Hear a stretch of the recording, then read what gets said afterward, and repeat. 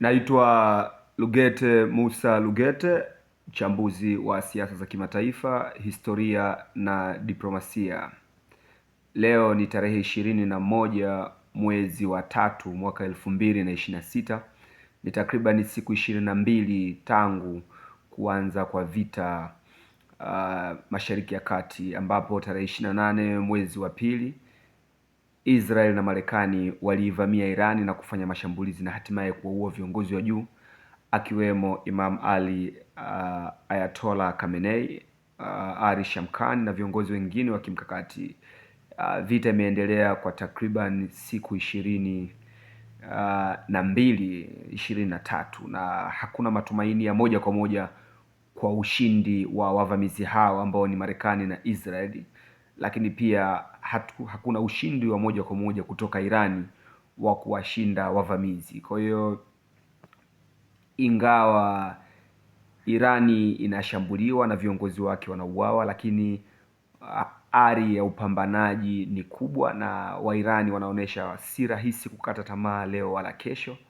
Lakini ndoto ya Israeli na Marekani kupata ushindi wa haraka nayo inazidi kuwa ngumu, itabidi wabadilishe mikakati. Lakini swali la leo nina maswali makuu matatu. Swali la kwanza, nani anafaidika kwenye vita hii inaendelea Mashariki ya Kati?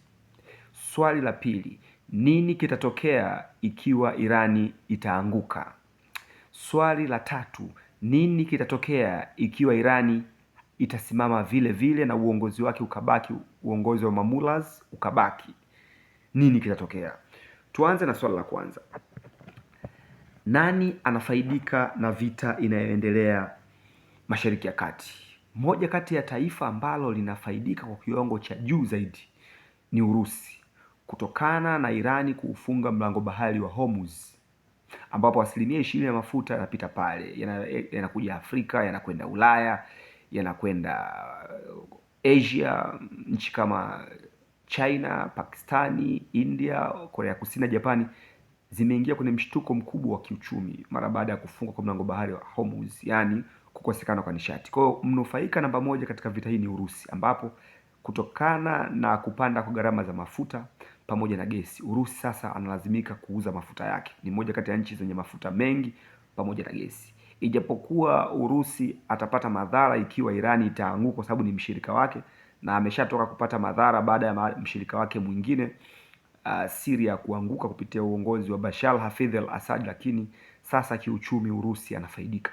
Na sasa hivi Umoja wa Ulaya upo kwenye mpango mkakati wa kujaribu kununua gesi na mafuta kutoka Urusi mara baada ya mafuta kutoka Mashariki ya Kati kuzuiliwa kupita kwenye mlango bahari wa Hormuz, lakini na gesi kutoka Qatar kushindwa kufika barani Ulaya. Kwa hiyo Urusi naye ni mnufaika, lakini mnufaika wa pili Irani katika vita hii naye pia ananufaika kwa upande mwingine, ijapokuwa zaidi ya viongozi wake 30 wameuawa kutoka jeshini, usalama wa taifa na baadhi ya watu wengine, lakini Irani inapata faida tatu. Moja, sasa Irani itatoza dola milioni 2 kwa kila meli itakayokatiza kwenye mlango bahari wa Hormuz. Faida ya pili ni Irani itaendelea kuungwa mkono kiitikadi na makundi wa shirika Mashariki ya Kati, kwa sababu sasa hivi Saudi Arabia, Umoja wa Falme za Kiarabu, Qatar, Kuwait, Iraki zimeshapata aibu kubwa kwamba zimeamua kumsujudia Myahudi na Marekani na kumwacha jirani yao, rafiki yao na ndugu yao Irani. Kwa hiyo Irani anapata faida ya kuungwa mkono kiitikadi kwamba ndio taifa pekee Mashariki ya Kati lina uwezo wa kupambana na hujuma za Waisrael, Marekani na mabeberu, na nchi zingine zote zimeamua kuwakumbatia mabeberu, wazayuni, wanafiki na watu ambao hawana nia njema. Kwa hiyo Irani inapata faida ya kuungwa mkono kiitikadi na washirika na hata na yale makundi ya mukawam pamoja na jihadi. Irani sasa hivi uungwaji wake mkono utakuwa mkubwa Palestina kwa Hamas. Irani uungwaji wake mkono ni mkubwa kwa wanamgambo wa Houthi kutoka Yemen, kwa Hezbollah kutoka Lebanon, kwa wanamgambo wa PMF, Popular Movement Forces, ambao wanapatikana Iraki, wanamgambo wa Kishia wakiongozwa na Ayatollah mkubwa. Sasa hivi kwa wasiofahamu, ayatola mkubwa zaidi anapatikana nchini Iraq, anaitwa Ayatollah Sistani, ndo the grand ayatollah, ndo mwenye cheo kikubwa kabisa, ndo mwenye elimu ya juu, naye anaongoza Popular Movement Forces, wanamgambo wa Katabu Imam Ali na vikundi vingine zaidi ya 10 vilivyoko nchini Iraq. Kwa hiyo napo Irani anapata faida hiyo, lakini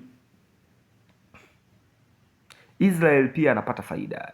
Israel anapata faida, kwanza anapata faida kwamba nguvu anayotumia Marekani kupunguza ushawishi wa Irani inamnufaisha yeye, ataendelea kuwa taifa lenye nguvu Mashariki ya Kati. Lakini Israel ametoa ushauri wa kimkakati kwamba mfumo wa kupitisha mafuta na nishati kuelekea Ulaya na sehemu zingine duniani anataka uchepuke upitie eneo lake la kimkakati ili aweze kulilinda. Pia napo Israel inafaidika. Marekani anapata faida kidogo. Faida ni kudhibiti mizani ya nguvu Mashariki ya Kati na kupunguza ushawishi wa Urusi na China nchini Irani. Kwa hiyo ni faida ya kimizania. Lakini tunaenda makampuni ya kuuza silaha. Tumeshuhudia makampuni mbalimbali ya kuuza silaha yakipata. Kwa sasa hivi mataifa mengi ya Mashariki ya Kati, Saudi Arabia, UAE, Qatar, Oman, Kuwait, Cyprus, Israel yataendelea kununua silaha na vifaa vingine vya kiulinzi ili kuzuia mashambulizi mbalimbali ya anga kama ballistic, cruise missile, drones, ndege nyuki na mashambulizi mengine. Kwa hiyo sasa hivi kila mataifa ya Mashariki ya Kati yatajikita kuongeza vifaa vya kiulinzi vya kisasa ili kukabiliana na mashambulizi ya anga, na watanunua hizi THAAD, Iron Beam kwa ajili ya kuzuia makombora yanayorushwa angani na ya nuclear. Kwa hiyo sasa hivi makampuni mengi ya silaha yatapata faida kubwa. Lakini nani anapata hasara kwa hichi kinachoendelea? Kwanza Afrika tunapata hasara, ambapo zaidi ya 70% ya nishati ya mafuta tunaagiza Mashariki ya Kati, tutapata hasara. Lakini India, China, Korea Kusini, Japani, Pakistani, Afghanistan, hizi nchi zitapata hasara kubwa na zinapata hasara kwa sababu ya mafuta. Hivyo zitalazimika kumshindikiza Marekani na Israel kusitisha vita, yani kuingia kwenye truce au ceasefire agreement, kwa sababu ni washirika wa Marekani ambao wanapata madhara makubwa. Lakini Umoja wa Ulaya nao umeshuhudia kiwango cha gesi na mafuta kupanda kwa asilimia karibu 13, na walikuwa wameshamwekea Urusi vikwazo tangu mwaka 2022 baada ya kuivamia Ukraine. Kwa hiyo ni lazima either wa strike deal, warudi kuongea na Urusi ili waweze kununua gesi na mafuta, au wamlazimishe Marekani mshirika wake ili asitishe vita. Lakini hizo ndo hasara ambazo tumeziona, lakini hasara zingine tutashuhudia ugaidi wa kimkakati, kwa sababu Irani ana washirika wengi maeneo mbalimbali, anaweza kutumia makundi yake ya jihadi kujaribu kulipiza kisasi. Lakini kitu kingine ambacho ni hasara kubwa, tumeona false flag operation. False flag operation, kwa wasiojua, ni kitendo cha nchi fulani kufanya jambo fulani ili kuisingizia nchi nyingine na kutafuta uhalali wa kuivamia. Bado kuna conspiracy inasema kwamba Oktoba 7 ule uvamizi wa Hamas Israeli ilikuwa ni false flag operation ya Mossad pamoja na Netanyahu ili kupata uhalali wa kutaka kuivamia Palestina, Gaza, na kujaribu kuchukua maeneo. Ni kama vile Wamarekani waliandaa operation Northwoods ambapo walikuwa wanataka kufanya mauaji ndani ya Marekani ili wapate uhalali wa kumsingizia Fidel Castro na waweze kuivamia Cuba. Ni nadharia kama ya September 11. Bado kuna majadiliano ya kina kwamba kile kilichotokea it was a CIA false flag operation au inside job ili wapate uhalali wa kuyavamia mataifa mbalimbali kutoka Mashariki ya Kati na maeneo mengine kwa kile kinachoitwa vita dhidi ya ugaidi.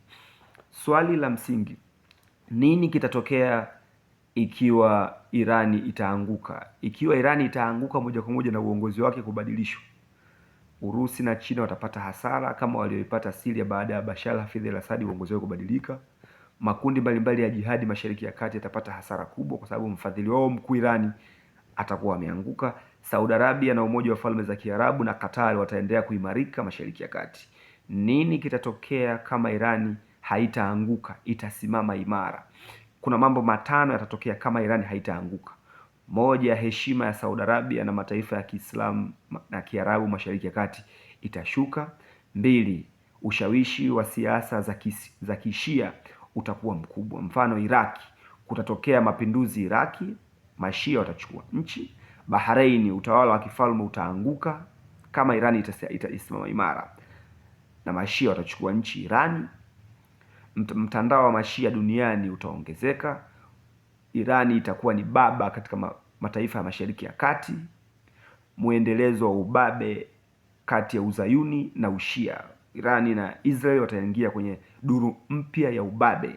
Nguvu ya Marekani itapungua kama taifa kiranja duniani. Watu sasa hawatamwogopa Marekani.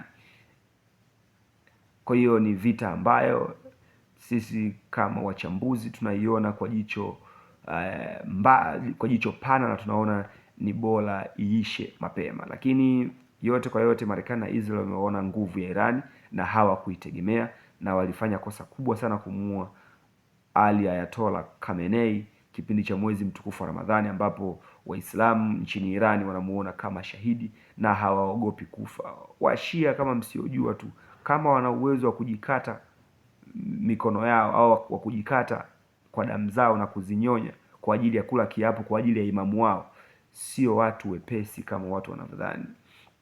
Walianza dola ya Seljuki, wakina Alparslan, wakina Sultan Tughril Bey, ambapo ile dola ya Seljuki makao yake yalikuwa Isfahani, Iran.